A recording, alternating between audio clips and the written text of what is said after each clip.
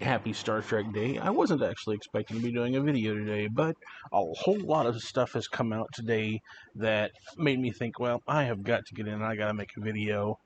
Learned about a lot of new merch stuff that's going to be becoming available. Some of it's available as of today. And got some really cool big new items. First, the Paramount has launched their Amazon store, the Star Trek Universe store. It's got a whole lot of pretty typical stuff: books, Blu-rays, DVDs, T-shirts. There's some art posters, the action figures from Playmates that we've already seen are listed there. There's mugs, towels, that pretty typical kind of stuff. There's three new items that do kind of stand out to me, though. One, there's a new Star Trek cookbook, which if you ever got the one back in I think it came out in '99, that the one that had Neelix on the cover, that's the one that I've got. Really cool cookbook. It looks like they're doing a new one. There's also a fun new book that is called Baby's First Klingon Words. I'll have to check that one out. It looks pretty fun. Be a great gift for anybody who's got a kid on the way. But the one that I think entertains me the most is that there is now a Star Trek The Next Generation tarot deck. That it's that confluence of Star Trek and a tarot deck that's just absolutely hilarious to me. Next up, we have got Pottery Barn Teen has come out with a whole bunch of Star Trek stuff. That some of it's kind of cool looking, some of it's kind of whatever.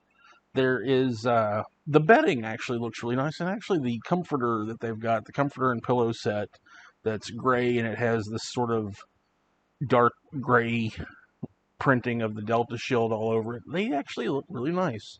I may end up looking into getting a set of those, perhaps.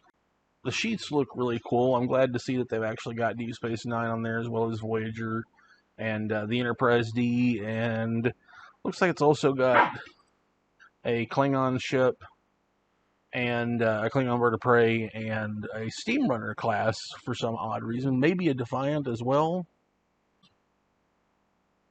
It's a little hard to see in the picture that they've got. It's a really small ship. I mean, heck, that could be the Delta Flyer for all I know. They've also got a whole bunch of stuff like backpacks, sleeping bags, pajamas, ornaments, lunch boxes. The lamp that they've got, that's the United Federation of Planets logo, the Starfleet Command logo, actually looks really cool. I might be looking into getting one of those. Third is a company called Kidrobot has released a whole bunch of brand new plush toys on their website. They've got 7 of 9, Locutus. They've got Evil Badgie and Good Badgie. I don't know which one I want more. They've got a Spock Live Long and Prosper hand. There's a Picard and a Spock as well. And then there's a large Gorn, and it says it's listed as being with a sound chip, which sounds really cool. I guess it's got one of those functions that if you squeeze like its hand or something, that it probably makes some kind of growling noise or something to that effect. And then we get to the big piece of news. If you remember, about a year ago, Playmobile came out with this massive Starship Enterprise. It came with the crew of the Enterprise. Opened up, it had the bridge in the saucer section, and you could pull the side open, and it had the engine room in it. It was really cool. And then a couple of months ago, they released a teaser that just had a silhouette of the Klingon bird of prey.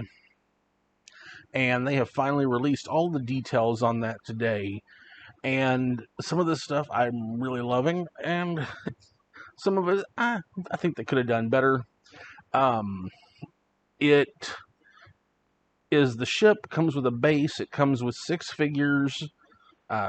It has Kirk and Spock from Star Trek 3. as well as the Klingon commander Kruge.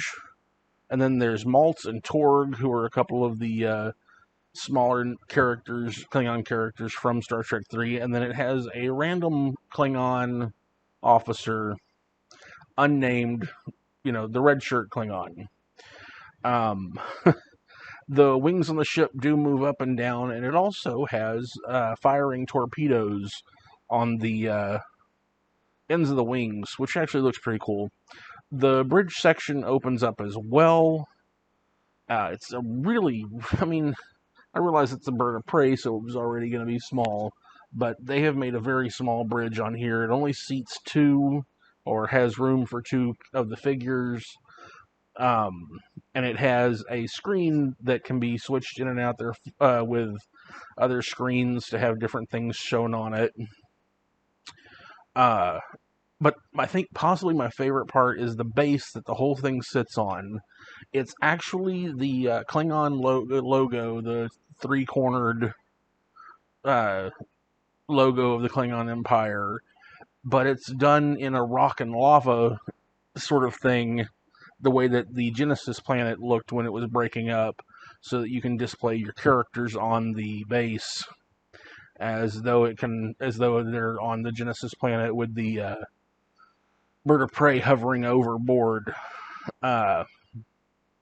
The ship itself can also be hung up from the ceiling, which is same as the Enterprise from last year. The one thing I keep looking at is that the body of the ship.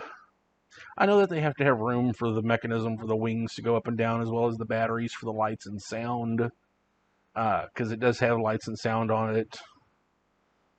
Which hopefully it's like the engines light up and maybe the deflector dish on the front, the deflector / torpedo on the front of the ship light up.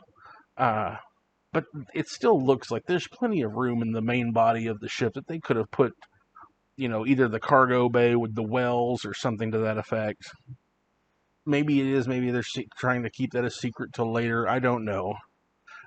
It looks like it does actually say HMS Bounty along the underside of it, like it's painted on, the way it was in Star Trek 4. We'll probably be able to find that out better in the future when we get better pictures of that underside. Where the Enterprise, when it originally came out last year, cost $500, this Klingon bird of prey is coming out with a price tag of $300. But if you've seen the Playmobile Enterprise, you know that the price on it's dropped pretty rapidly, because people just weren't interested in paying $500 for something like that. But we'll see how quickly this one drops to. I'm expecting it to be more in the $200, $225 range in about a year once it settles down. It does come out, it says it comes out in October, so a little over a month from now is when it apparently is going to be ready, unlike that Nerf rifle that we talked about yesterday that's going to be 16 months away. So that looks really cool. If somebody wants to buy that for me, they should. You can hit me up and let me know you're going to send it to me, or maybe I'll put it on my Amazon wish list and somebody can just surprise me for Christmas or something. All right, that is going to be it for today. Check out the video I did yesterday on the Nerf phaser rifle, and I've got the video coming out tomorrow like normal. So check that out, and I will see you next time.